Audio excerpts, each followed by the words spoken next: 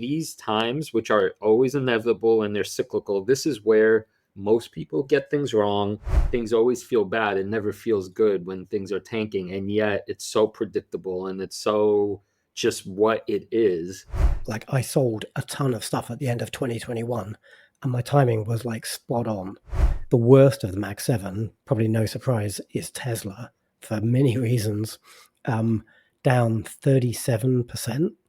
Like, the Mag 7 is in the bin. Professional economists who do this for a living and write books about this stuff are always wrong about this stuff too. Yep. Right? Frickin' stop looking at them and they won't seem so volatile. Genuinely, it sounds stupid. Complicated problems require solutions sometimes that are outside the box, right? You're just asking for problems. Why do human beings need to go to all these extremes, right? This is Wall Street Wildlife. Before we get to this week's show, a short word from our sponsors. All right. If you're serious about investing, you need to know about public.com. That's where you can invest in everything: stocks, options, bonds, crypto. They even offer some of the highest yields in the industry, like the bond account 6% or higher yield that remains locked in even if the Fed cuts rates.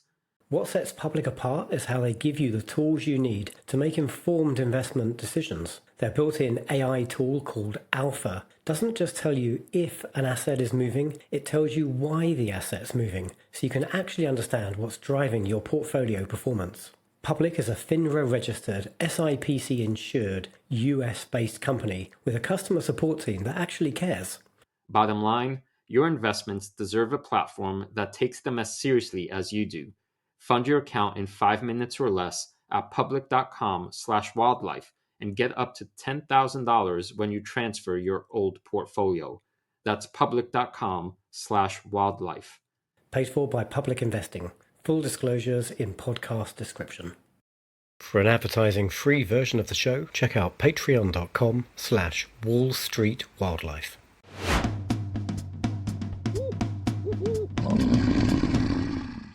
Hi, and welcome to the Wall Street Wildlife Podcast with Luke and Christoph.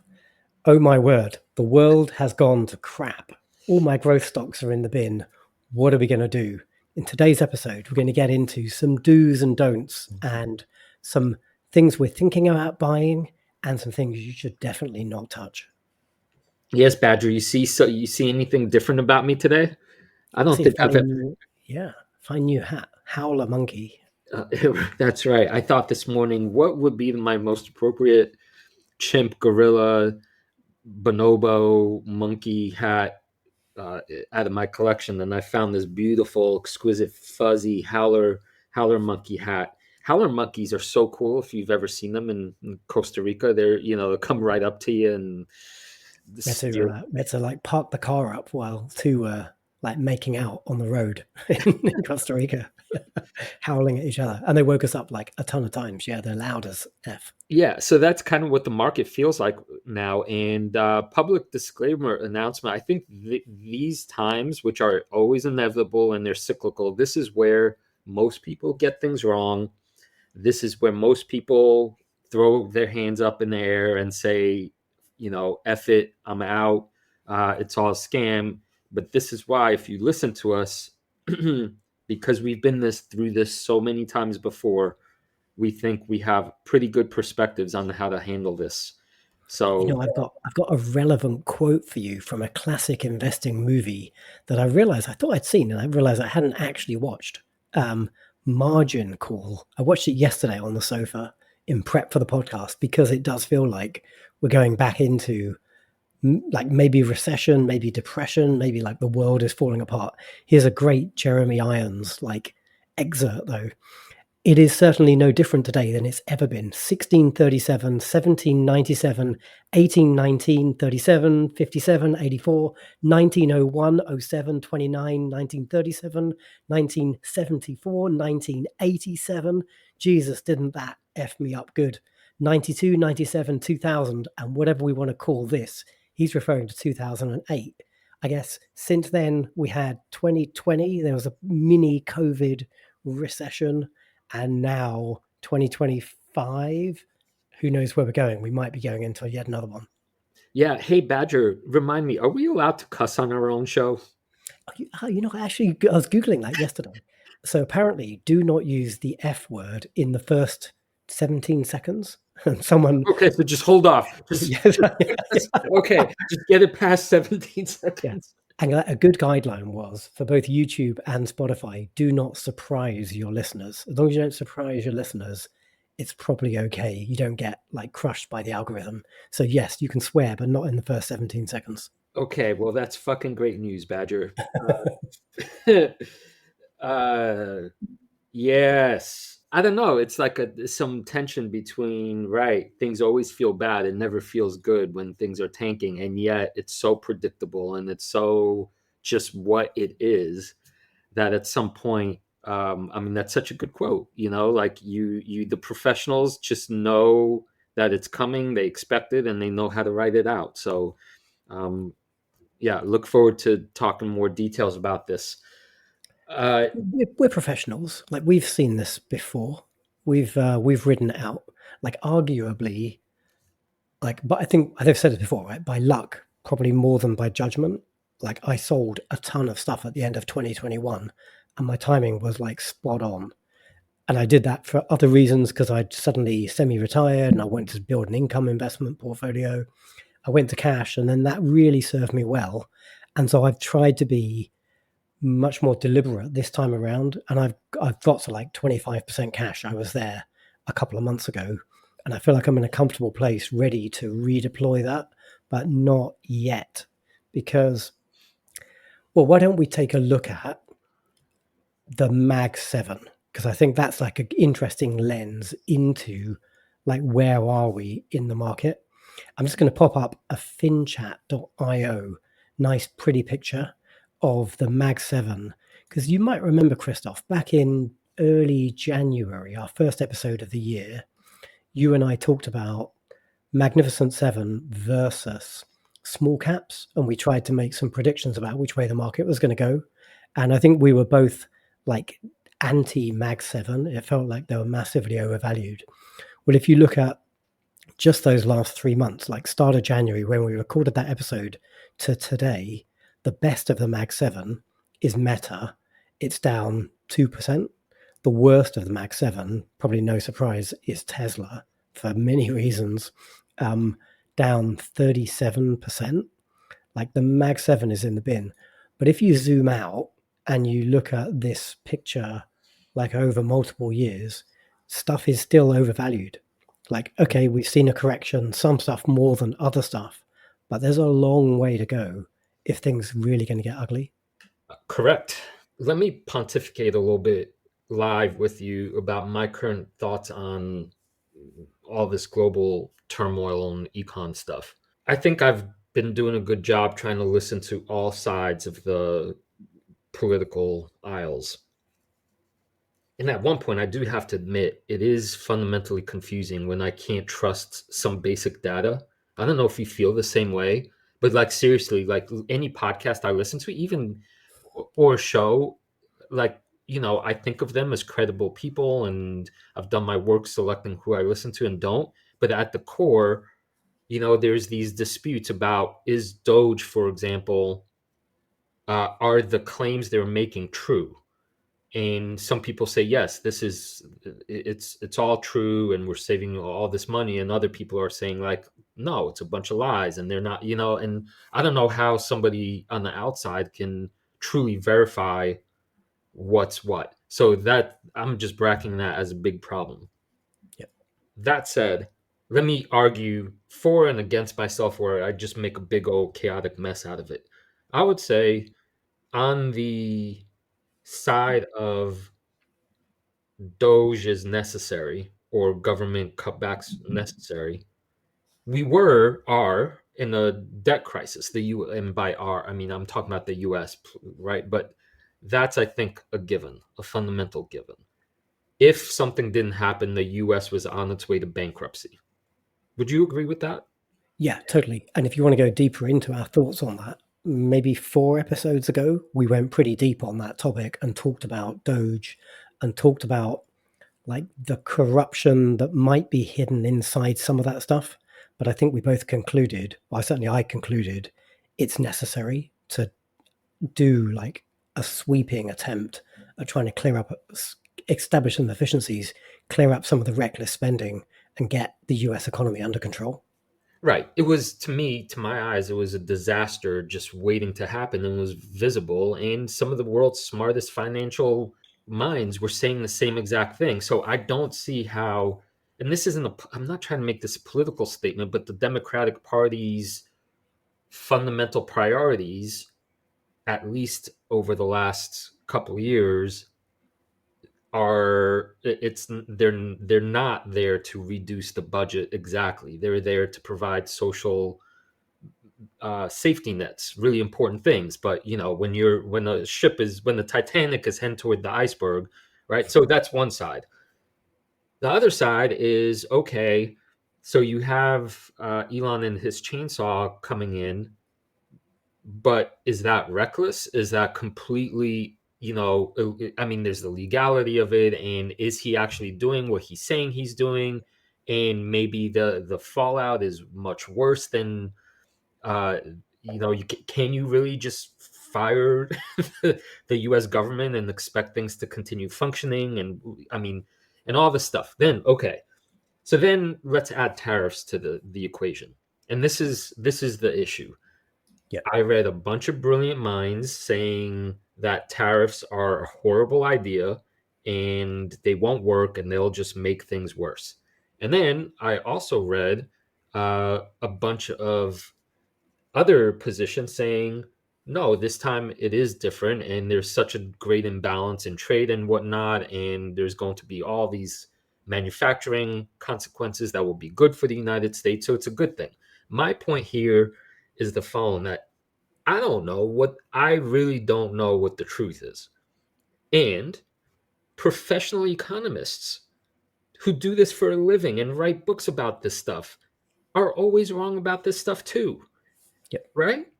So who, as investors, like, how are we possibly, like, if you're taking a side and you're like planting a flag like that, this is the one true way, bullshit. You can't know. It's too complicated.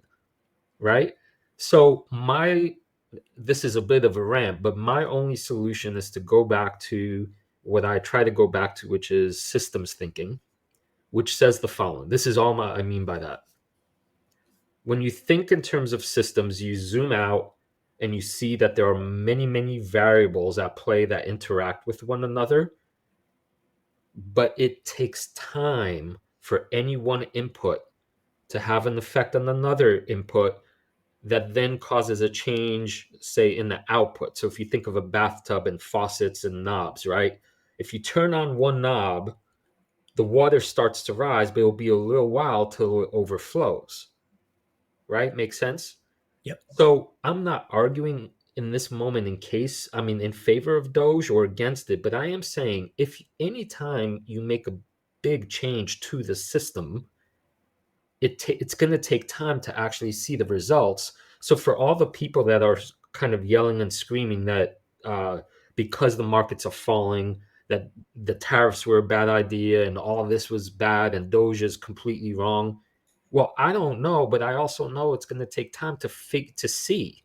And what's in this case, like a minimum amount of time? I don't know. Like, is it going to be 6 months, 9 months, 12 months? But people, like, you can't press a button and then change the global economy like tomorrow, right? So I think a lot of this, all I'm ranting about here is like there's so much panic and so many people are just jumping to conclusions that are just way too preliminary. You know what I'm saying? How does that land with you? Like, yeah, no, I totally agree. I don't feel like I have a better handle than that on what's going on, and I agree that most folk don't. And anyone who's trying to set out a definitive position, it's probably political more than like grounded in science and like economic science and, having like a fundamental reason for thinking why something is going to happen. This is an incredibly complex adaptive system that we're sitting in. Like the way I try to navigate that is I recognize there's this huge gray of unknown, and sometimes like the stuff sometimes you feel like you know a lot, and in less volatile times you can feel like you've got a good handle on things, and so I'll be more confident in making forecasts and adjusting my portfolio accordingly. And sometimes, like now, perhaps now more than ever so before, there is so much unknown and so little that really is known. And so I try to insulate myself from that just by de-risking my portfolio a little bit, still being like 75% invested, like enough risk on that I don't mind if things keep going up and like go to the moon, because I'm like mostly invested, but I got enough cash on the sidelines, like I'm de-risked enough with my 25% cash that if stuff does go bananas, like I can take advantage of that. Yeah, And that well, maybe to finish that thought, sorry, like that's probably why my overriding goal right now is do not do anything. Do not even look at my portfolio, which is kind of hard to do when you got an investing podcast. I remember saying this back in 2022 with my buddy Albert. Like it's hard to go hands off, and it's hard not to look at your portfolio when like your job essentially is to talk about investing every week. But I'm trying to navigate that by, I don't know, I've got like a whole bunch of other fun projects I'm doing right now, and I'm trying to let them consume me just so I don't have time to worry about what the hell's happening. That should be our new shingle. That should be our new ad on Patreon. Like, come invest with us. We don't even look at our portfolios. That's right. We know, like, we know nothing. But, I mean, we're laughing about it, but it's totally true, and it's totally like Right. an incredibly helpful behavior. Yeah. Like if things seem volatile, freaking stop looking at them, and they won't seem so volatile. Genuinely, it sounds stupid. It sounds ridiculous, like an ostrich burying your head in the sand. Like it's not about that. It's not about ignoring what's going on. It's about just focusing on the important things, which as a kind of fundamentals-based strategy investor, the important things for me are, what are the companies I'm invested in? What are they actually doing? What are they reporting? Everything else is kind of noise about macro and economy and the Fed and tariffs. Like I'm aware of all that stuff. I'm trying to kind of Chinese wall it in my head as that's like entertainment, and I can't let that like nonsense and noise confuse me from the real signal, which is like, you know, to what extent are Tesla delivery numbers actually down, which we're going to see in the next couple of days. Right. Exactly. No, this is so important. A briefer way of saying that is ignore price. Right. Price is, for our purposes, and you could see this so clearly. Maybe this is overstating it a little bit, but it's arbitrary. On any one day, the price that some asset is selling for reasons that have nothing to do with anything, completely certainly out of your control as an individual investor, the price might be up or might be down, and it just has nothing to do with anything. So if you want to stay invested and in the game while the market's having a fit, do exactly as Badger suggested. Find the companies you want to double down on or learn more about, and spend your time on the hammock, reading some good information or data, updating your thesis statements and all that. That's useful. That's smart. And eventually the price, then if you have money, then you'll know what to buy or not to buy. I want to go back, if we may, Badger, to my sort of back and forthism about, not knowing who to believe, and the sort of impossibility maybe of knowing what the correct thing is and the need for time. Okay, so I think, right, if I may return the conversation back to this feeling of trying to look at things from multiple perspectives and not knowing which way is particularly correct, adding the important variable of time to the equation, which tells me I won't know for some time, so I should just stop panicking and making decisive conclusions about any policy that I see. I did come across this weekend what I thought was a fascinating clip from my boy John Stewart. He's the one guy I really think I trust more than any other in terms of politics, because one, he's a creature of the left, so that just naturally aligns more with my own way of seeing the world.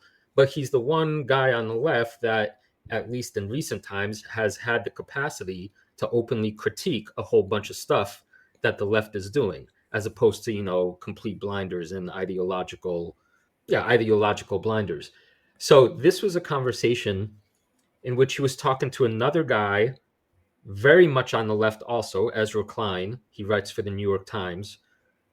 And I was surprised that the conversation ended up being about Ezra Klein talking about a program under the Democrats, under the Biden administration, in which many billions of dollars were allocated to enable broadband in rural areas. Okay, Right. there was this program, right? And then Ezra Klein listed all the steps necessary for the program, to basically get the money, like by district or by jurisdiction. And apparently there were something like 56 applicants to get all this money. And Ezra Klein is telling Jon Stewart this. And what you end up seeing in this video, we'll link to it in the show notes, is basically as Ezra Klein describes the steps, Jon Stewart is sitting there and his eyes are getting bigger and bigger. And he starts like pulling his hair out because you can see that it's madness. The system, the governmental degree of, I guess, inefficiency for short, was just pure madness. So that out of the 56 applicants, three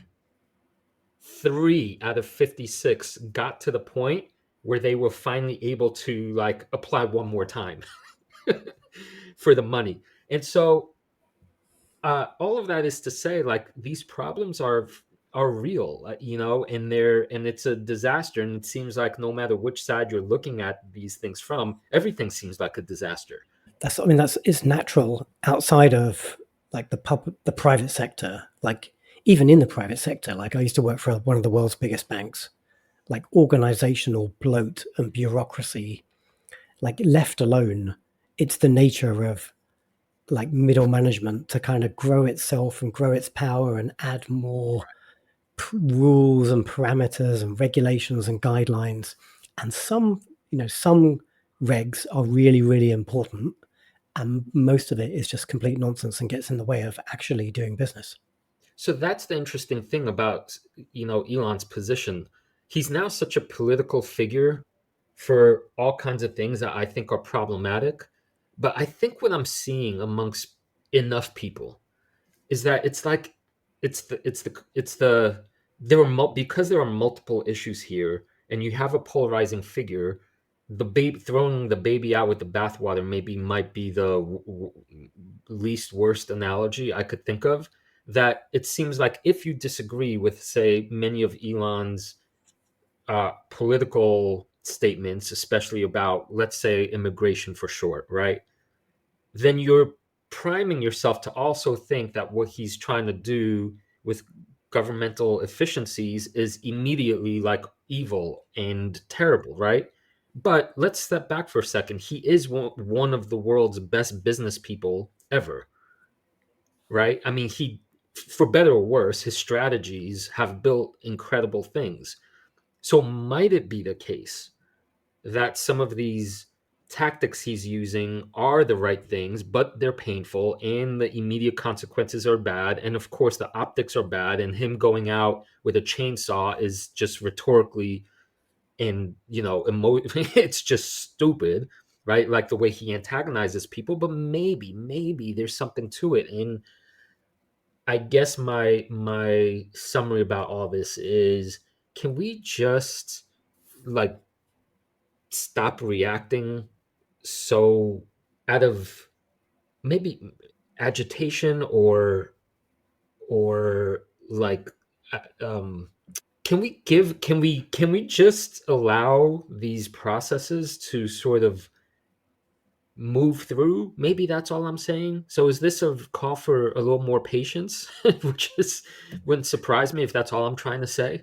I agree. But like it's too political. There's too many politically influenced opinions.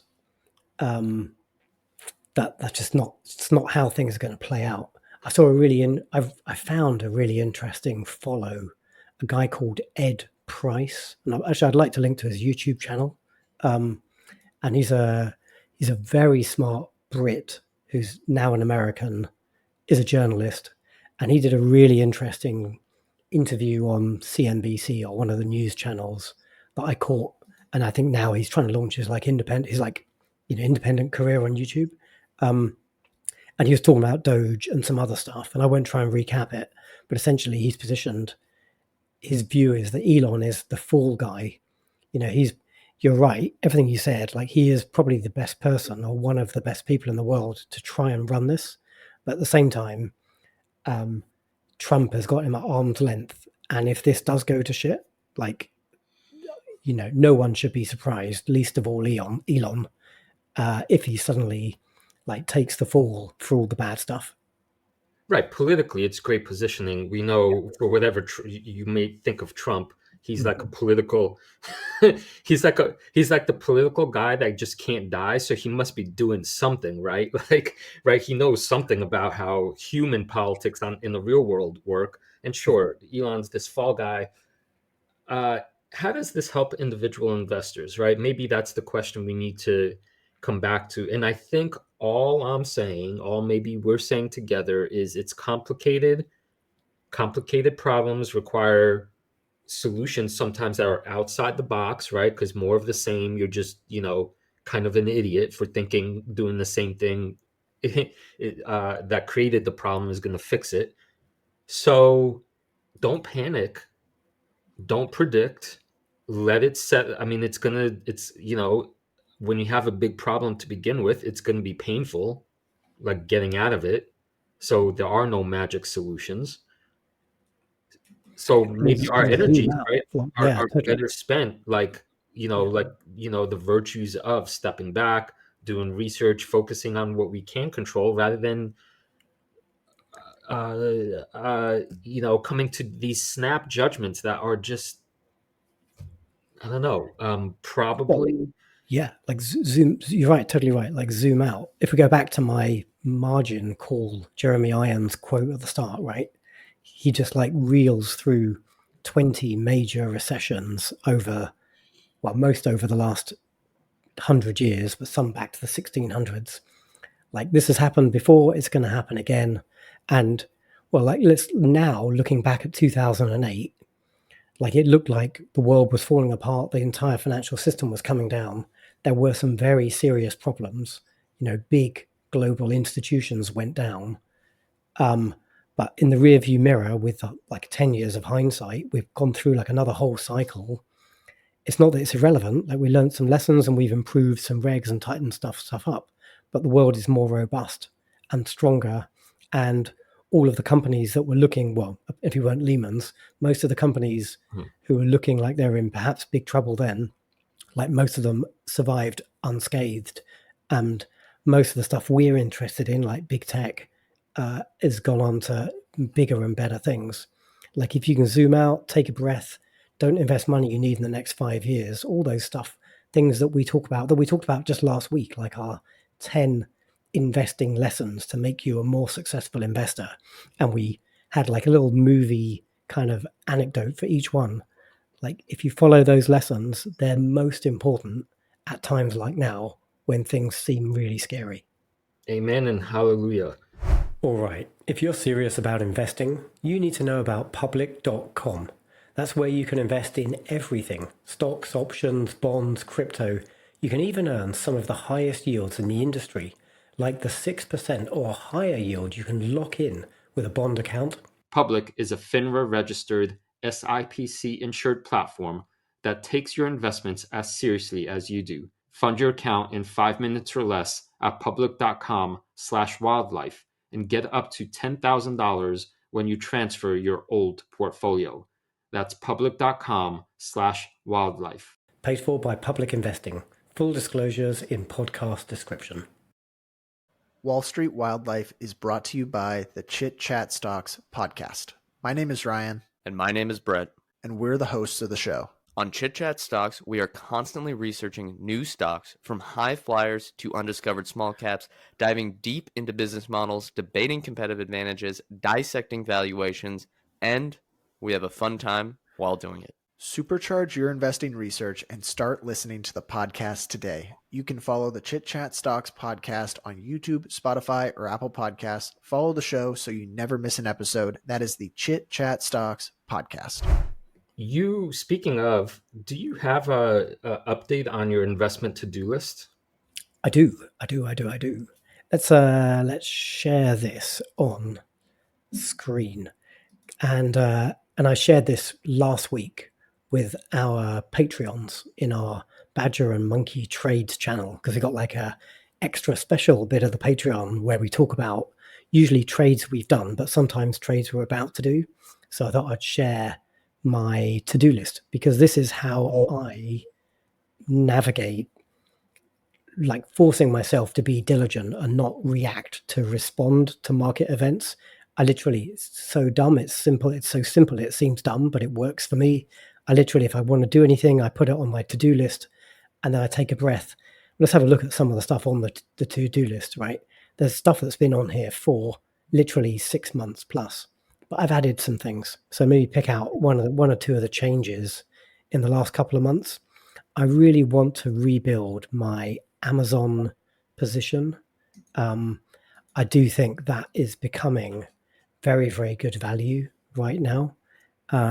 Perhaps based on some metrics, like the cheapest it's ever been in sort of recent last couple of years.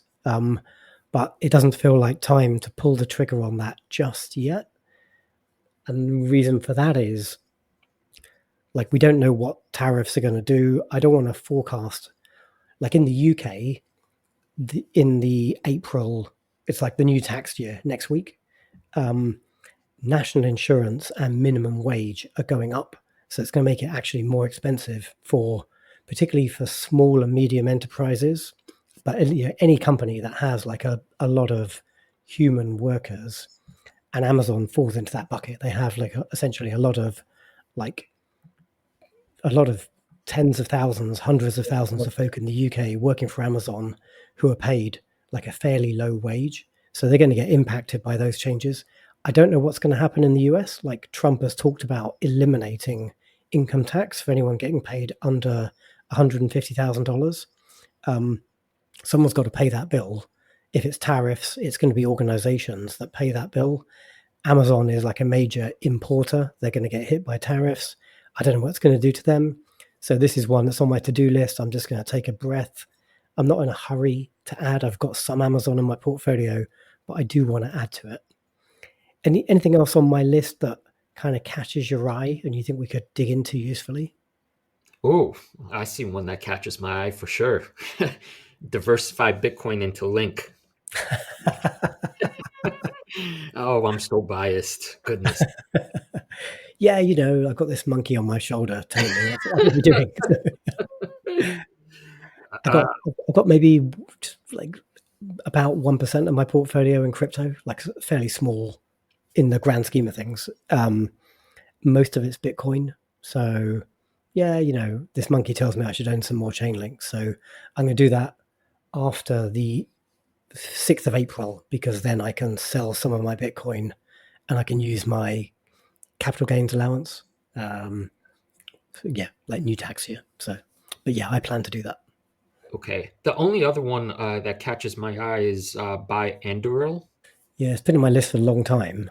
It's a defense tech startup. Palmer Luckey, the guy who essentially like reinvented VR, built the Oculus, sold it to Facebook, Meta, got fired by Zuckerberg, built a defense tech startup called Anduril that's trying to overturn the prime contractors model in the US and bring like startup thinking and more innovation to defense. So I definitely think great founder, great company, the right time to be in that stuff. I just can't find like a decent deal to buy it privately.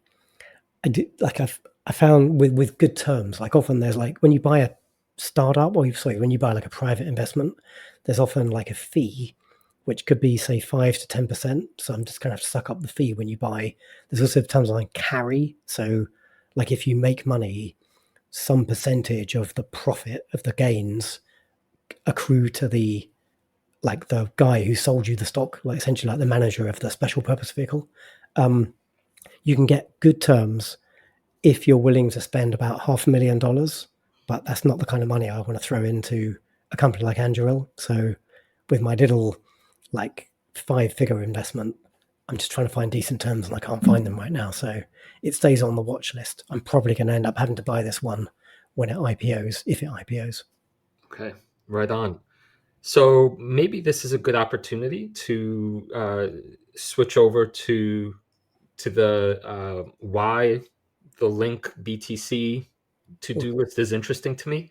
Cool. Do you have anything else to finish to add to the to-do list? No, I might pick up on one of them. I think we're going to do Safari stocks today. So one of the things on my list is a Safari stock. So I'll come back to that one in a bit. Okay, so let's switch tacks and let's talk about blockchains again real briefly, because we had a pretty ironic, timely incident happen. So we recorded a special episode about what blockchain technology / quote unquote crypto actually is, and that went live to our Patreons on patreon.com/Wall Street Wildlife. And one of the principles of why building a network on blockchain is so important is because we know that corporate networks like Google, like YouTube, like any of the big corporations that have a platform, we know that the user has no control whatsoever. Zero in all the ways. And then what happened to us, Badger? That was it that same day after we recorded? Literally that same day. We hadn't even posted the video to Patreon. Patreon as a platform shut us down due to a trust and safety issue. And literally, we got like a 2-paragraph email saying, you have been suspended. Your platform will be deleted in the next few days. We're both like, what the F? What's going on? With no explanation as to why. We figured out afterwards why, and it was just like a mechanics thing, because we got some money on Patreon. You were trying to withdraw like, a regular withdrawal because we got to pay our editors, and something went wrong with the transfer, with the withdrawal. And I guess like their financial crime like regs kicked in. They thought maybe the money was going to a bad place, and they literally like deleted our Patreon with no heads up. Right. So, that incident really felt bad. I mean, it's just it's not great, obviously, just because for obvious reasons, but I had that feeling in Monkey's tummy that was like, oh shit, like seriously, like we have zero power. Something out there turned off a switch. And then what we were left dealing with is, like writing emails to the, automated response teams, and then somebody asked me for the same info twice, and I'm like, is this even going anywhere? And we were like in this dark labyrinth of our hands are tied, and this is just bad, right? This is why blockchain is an incredible technology that's being built. So what I want to talk about as a follow-up oh, and by the way, to all you YouTube listeners, our Patreon community is really kick-ass, and that episode on the blockchain stuff comes with a PDF mind map that I made. And so if you want to check it out, it's not available anywhere else but on patreon.com/Wall Street Wildlife. So which is back, by the way. Oh yeah, right. And we're back. We're back. Sorry to all the regulars for, whatever clusterfuck things were going on behind the scenes. So I want to update you just a little bit because Chainlink's co-founder went to DC. They're having a big conference, and he's now hobnobbing with senators and House of Rep people and basically people in the governing body. And this is my takeaway of he gave a 16-minute opening talk. So real brief summary. we're going to post a link to his talk, which actually has a transcript and lots of pretty slides. So if you want the whole thing, I encourage you to listen to it, read it. But basically what Sergey was saying is that for all the reasons we talked about, the world's global financial system will be better if it runs on blockchains. That's basically the fundamental thesis. But it needs regulation, obviously, and it needs a bunch of technical things to happen. I mean, we're talking about the world's assets, right? So this isn't a game, and this is going to take several years to play out. But one takeaway for me is that now that these conversations are being had in public, in the regulatory body, like things are going, like we're moving, right? It's no longer just theoretical developers talking about what ifs. So my takeaway is that it's just going to be better for the world. And Sergey wants the US to lead the financial innovation because it is a technology, just like, AI is a technology. This is a technology, and the US should be in the lead. That's what he was pitching them. But in order for this to actually happen, in order for the world to move on to blockchains, he basically talked about three separate points. One, you have to have a system by which you can verify that the assets basically are what you say they are. You can't just, some hacker can't all of a sudden duplicate the fact that he has two houses and all of a sudden an extra house appears on the chain, right? So you need verification. Two, he pointed out that just like on the internet, there are multiple databases, right? We have one internet, but Google has its set of info, and Amazon has its set of info, and Tesla has its set of info, right? Just like that, a world that runs on blockchain will have thousands of blockchains, thousands, or I don't know how many, many, many, many blockchains, but they all need to be able to talk to one another. It's not the case that we're just going to have one blockchain. And that is Chainlink's one of its main products.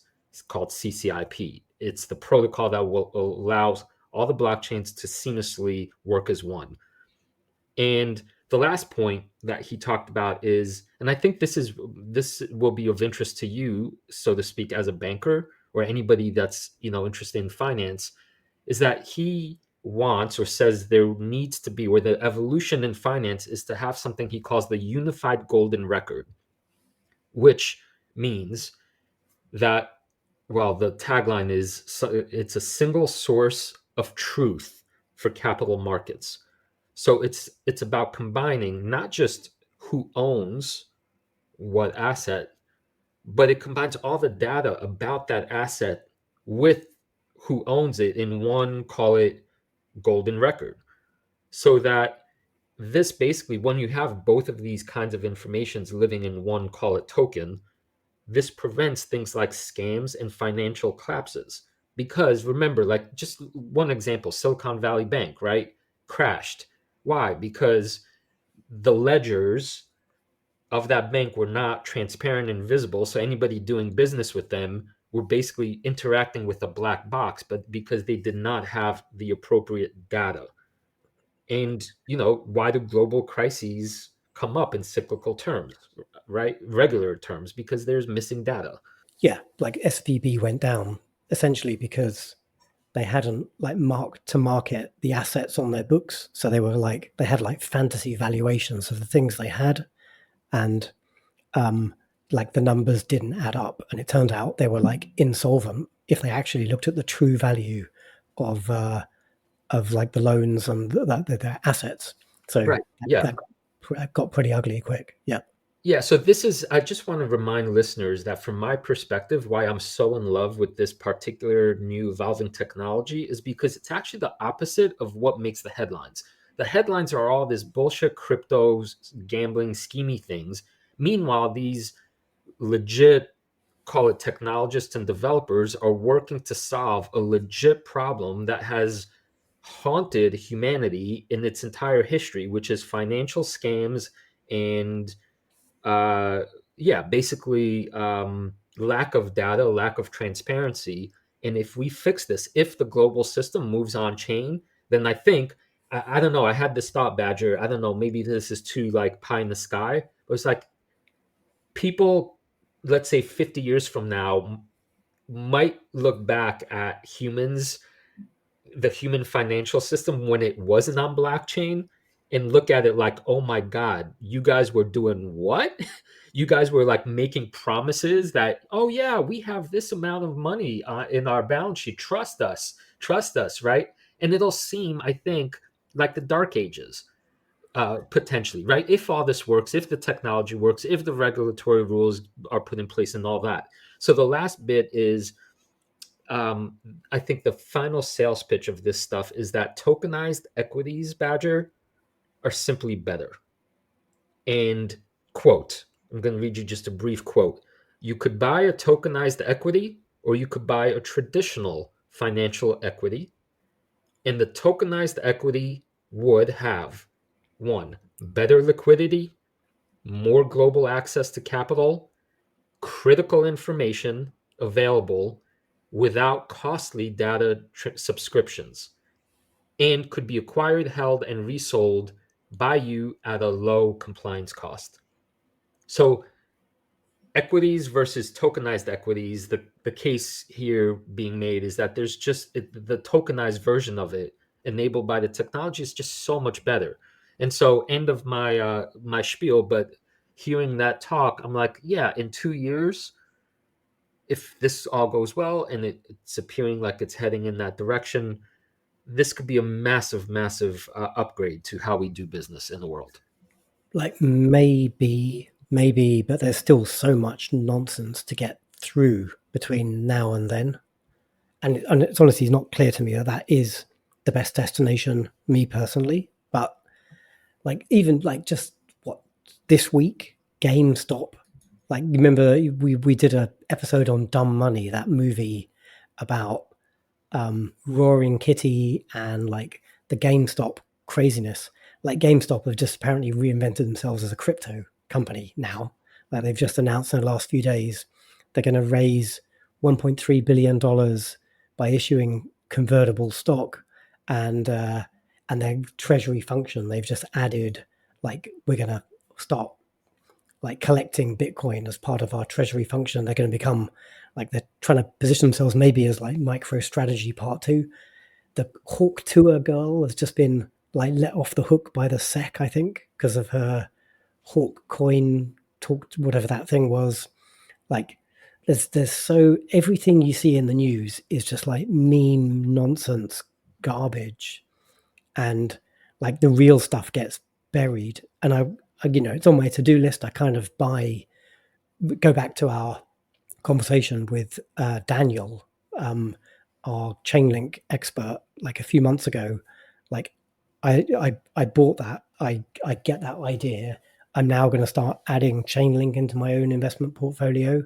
I buy it that like Ethereum and Bitcoin and Solana are legit, and maybe a few other things, but it's drowned out. It's drowned out on social media by the idiocy and the clownery. So the world's somehow got to get through this phase to the real stuff.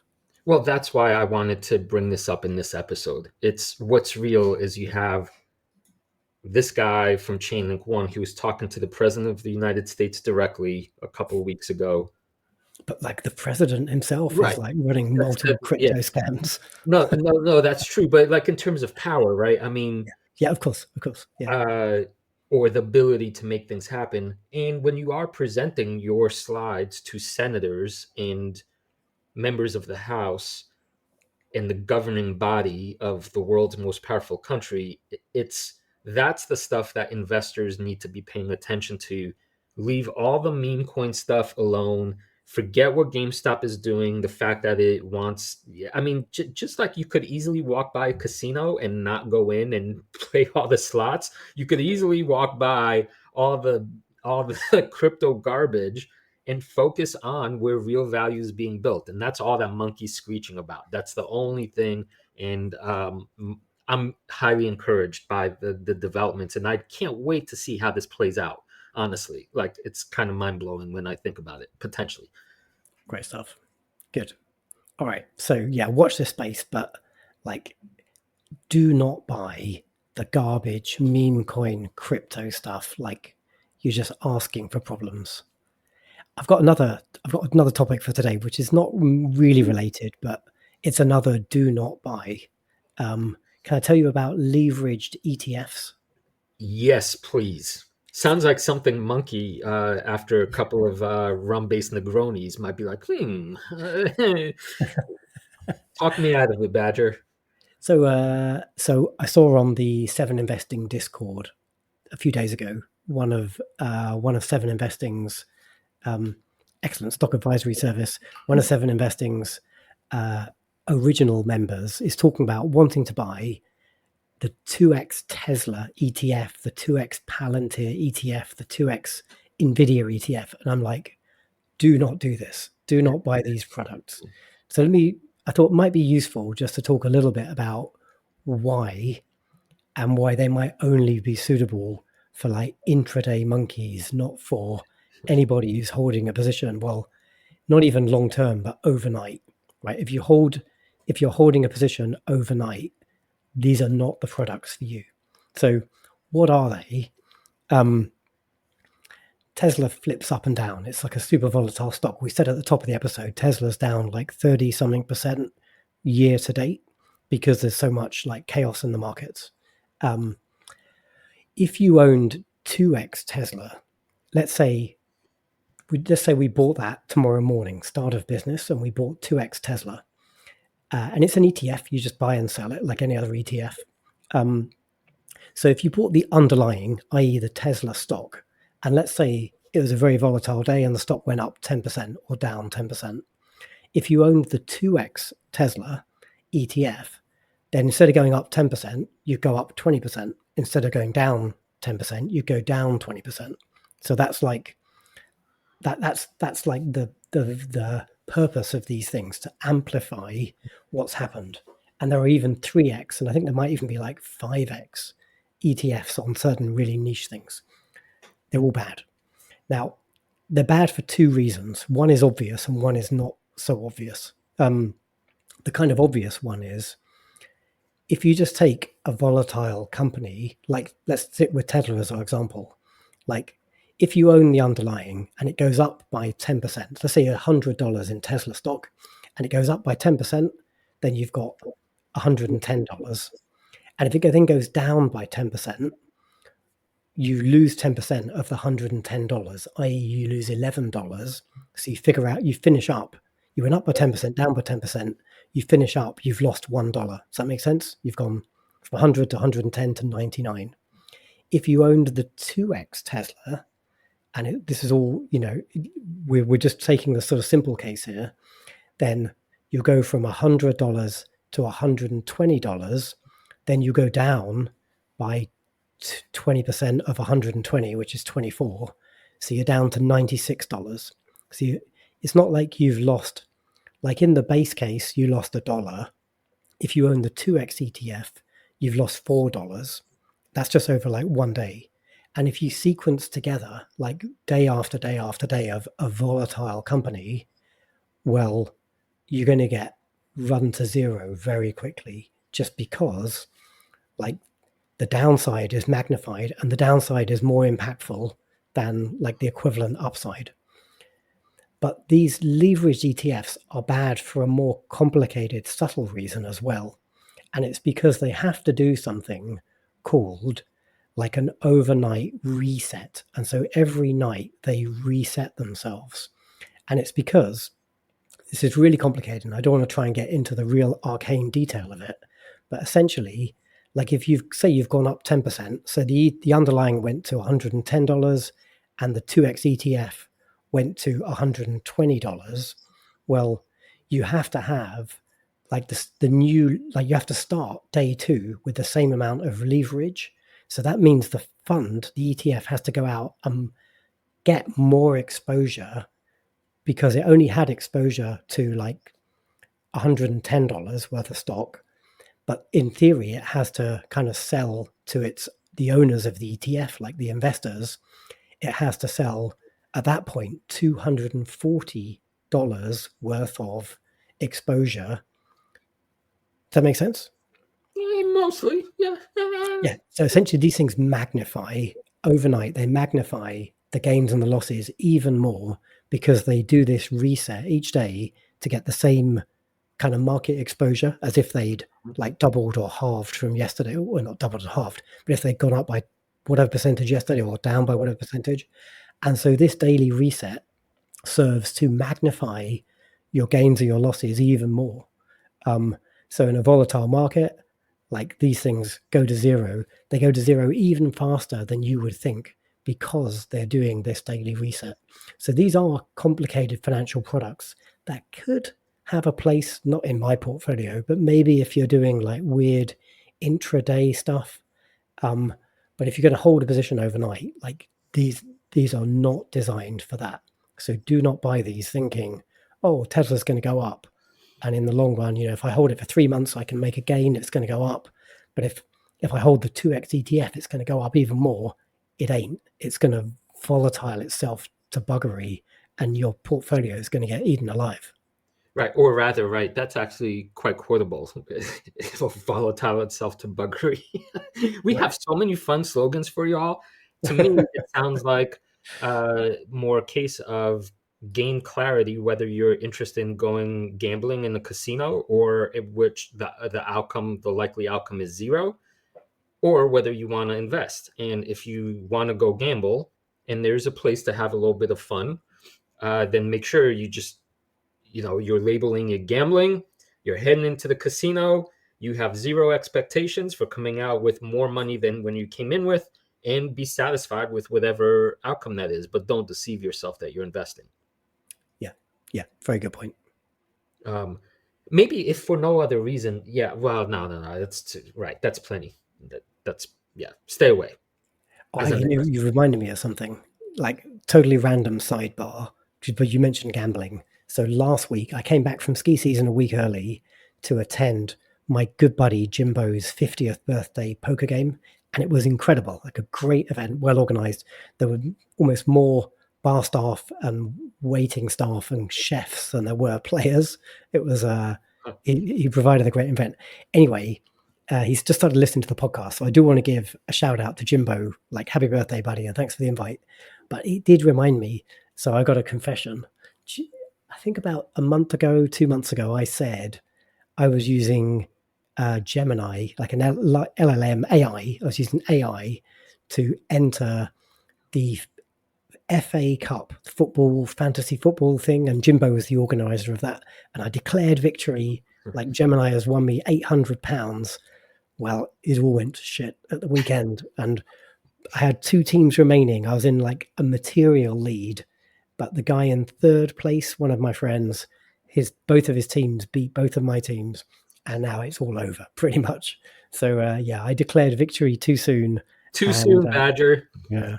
So counted the chickens before they hatched, as they say in the farm business. Exactly.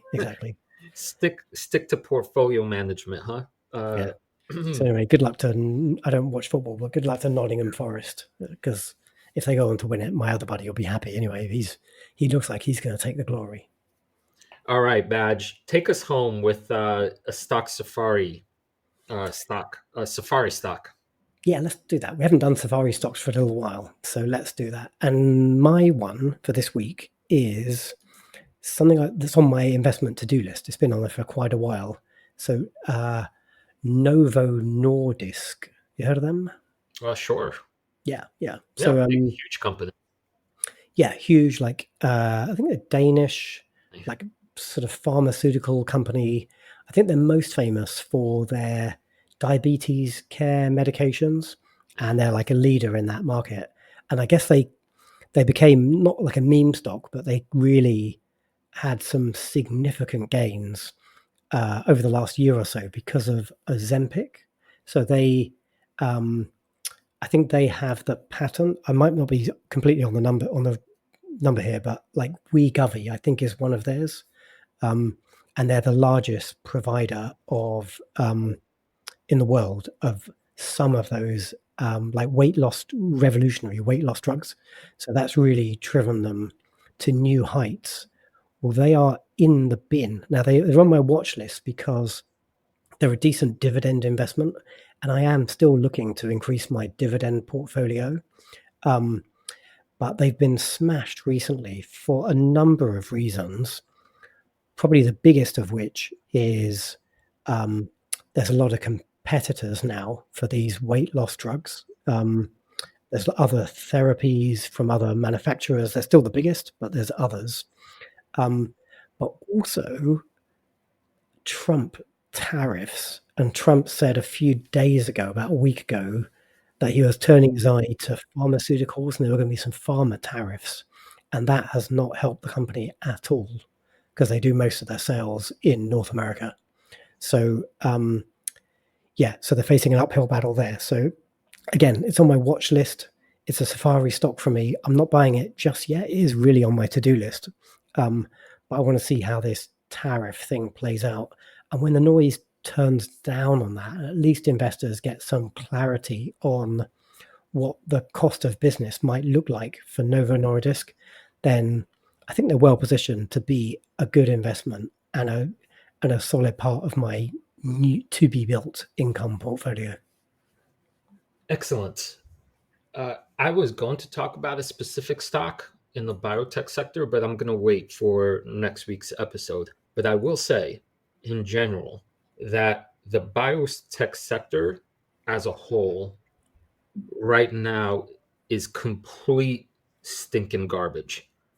I mean, if you look at any chart, most charts, I don't know what the actual percentage is, but from if you take your starting point at basically 2020, 2021, the line is straight down and at a very steep slope.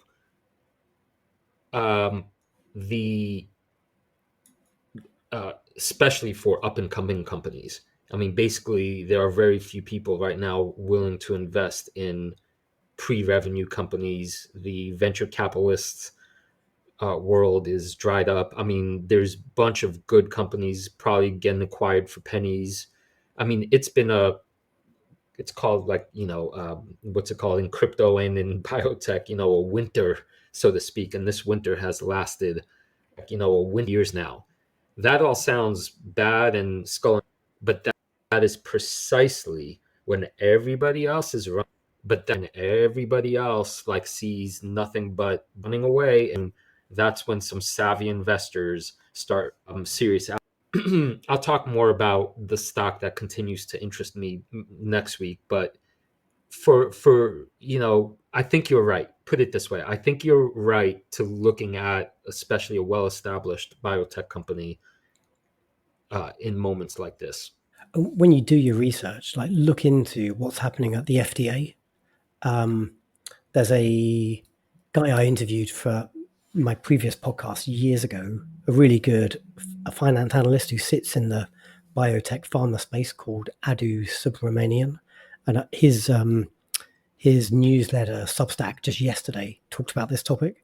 Evidently, the FDA is under quite serious attack right now from Doge, and they've had to fire all probationary employees, and they've got plans to cut another 20,000 employees.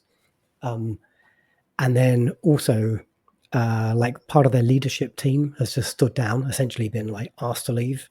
And it looks like a complicated space. And if you lose the FDA or if the controls change meaningfully, that might make it much harder for some of these, certainly companies that are dependent on drugs in their pipeline to be successful, to get them through any kind of regulatory authority and bring things to market. Well, I haven't read this. I'm just taking what you're saying sort of on face value. The flip side of that seems to be, and I don't know if this is good or bad for humanity. I mean, it's probably a bit of both. But if the end game of something like deregulating the FDA, if that's the actual what the Trump administration wants, then probably what would happen is in some cases, some drugs that are good would get to would get out into the world much, much quicker. And so that would probably save lives and be good on the whole. But obviously the counter to that is with fewer regulations, there would be some bad stuff that gets out there, and that would cause havoc. I mean, but the basic principle is regulate, like it's not a one size fits all bucket. So, I go back to the thing I was telling you about the Jon Stewart interview. It is, man, why do human beings need to go to all these extremes, right? We either regulate everything to death and bludgeon ourselves with like red tape, or we set up these casinos where whatever, like whatever you want goes, and people are scamming each other to death. How hard is it to, like to say, yes, most regulation is good, but let's not overdo it, fellas? And so I don't know. It remains to be seen, I guess, what happens with the FDA getting slimmed down. Certainly, though, like the long term might be better, but the immediate term is just turmoil and mess. And this is an area, like many government areas, that, like, I guess leadership suddenly feel like, oh, like, holy crap, like, who knows what the future of our organization is and what our kind of extent of our power should be? How's it going to change? It's just going to slow down decision making in the short term. So I'm kind of with you. I'm not a biotech investor. I'm going to stay away from that stuff, I think. I've still got my goddamn Coherus call options based on your due diligence, and I've lost my money on those. Wait. Oh, quick note. There's a pretty non-zero, they're setting themselves up to be acquired. Basically, just put that on your radar. So I would not sell the options, because a big jump is in the cards. For clarity, it's like my entertainment portfolio. It's like it's barely 5 figures, and it's just like the fun money of nonsense. But anyway, that particular thing, the monkey has misled me so far. Let's see. I think we've got until January 2026 for something to happen. Well, if we're gonna parse peanuts, let me say that at one point those options were up a lot. Oh yeah, I asked you. You said don't sell. So somebody just didn't sell when they could have made a bunch of bananas. So don't look at monkey with those evil badger claws of yours. Yeah. All right. This is what we said last week as one of our 10 lessons. Like, do your own due diligence. In this particular case, this was entertainment money. I was backing Christoph, and now I blame him. No. But that's exactly why you have to do your own due diligence. You can't blame other people. You only blame yourself for following the wrong monkey. Right. You see what happens, friends? You try to help a badger out, and then all you get is blame and yeah, you see, okay, all right, because I'll set you up with this, because I was very pro Axon Enterprise, like the inventor of the taser, and like, I've talked about them ad infinitum on the pod. Go listen to like a previous episode, and I think, and you said they're on your watch list, but you hadn't pulled the trigger yet. Right. Well, they got like a slaughtering from another John in the news this week, John Oliver, who I hadn't realized actually, like you mentioned Jon Stewart, I hadn't realized John Oliver was a Brit, specifically like a Brummie. Yeah. He's one of you. Not one of us. My second favorite Brit after you. Well, no, I have another good friend. He's awful. God, he's unlikable. Not just because he was saying bad shit about my favorite company. That's why you don't like him. He's actually pretty great. But what he say about Axon? It was all just bullshit. I don't know. You'd think it must be a slow news week or something. They had like a 30-minute segment I caught on YouTube today, because my buddy Albert said, "Oh, you should watch this. You have an Axon head." It was all like regurgitated garbage from like nothing was in the last 6 or 7 years. It was all really old news. So I don't know. I don't quite buy into the spirit of like all the news is good advertising, or whatever that saying is. Like, they had some pretty damning things to say about Axon, but it's historical, and it was like alarmist, and it was just trying to like play for laughs. It wasn't even particularly funny. Yeah, I mean, it is a Right, it is a comedy show, though. Right, that's why Jon Stewart is my main guy, right? Because his comedy is actually, I think, mostly on point and talking about legit issues. But last principle, I guess, to leave you with, right? It makes sense to me that as a normal investor, meaning normal, average, I guess is what I mean by that, that gets most of their info from the news, and you don't do your own due diligence as per our 10 jungle laws, then you would have, according to you, who has done their research, you would come to the exactly wrong conclusion based on some puff piece in the mainstream media. So that's such a key principle. Maybe you could, at some point, return us to some of the points that they made, specifically on why they're so wrong and outdated and whatnot, because Axon is a really interesting, good company that I for sure want to own at some point. Yeah, cool. Okay, now is probably not the time to buy it. I think it's still relatively overvalued, although it took a bit of a ding in the last month or two. But yeah, we'll come back to that. Good one.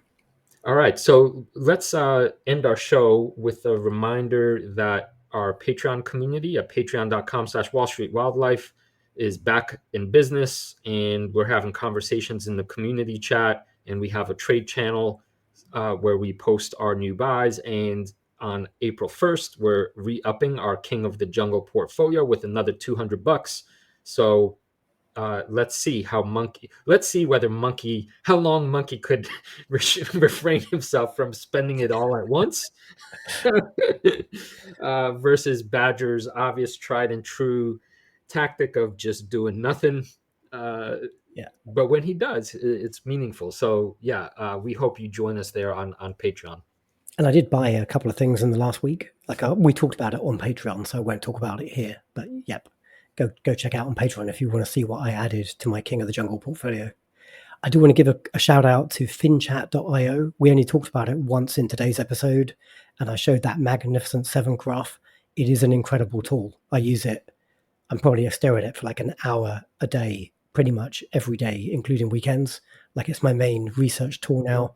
If you want to get some benefits and also help us out, if you go to finchat.io/wildlife, you'll get 15% off any paid plan straight away. So finchat.io/wildlife to get that benefit. Awesome.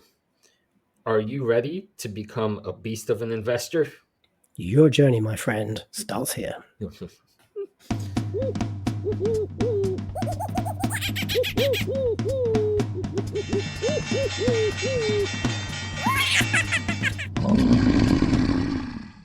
A reminder that the people on this program may hold positions in the companies that are mentioned. Buying and selling stock carries financial risk, which could include loss of capital. The views in this program should not be taken as personalized advice. Before acting on any of the information provided, listeners are encouraged to consult a financial or tax professional.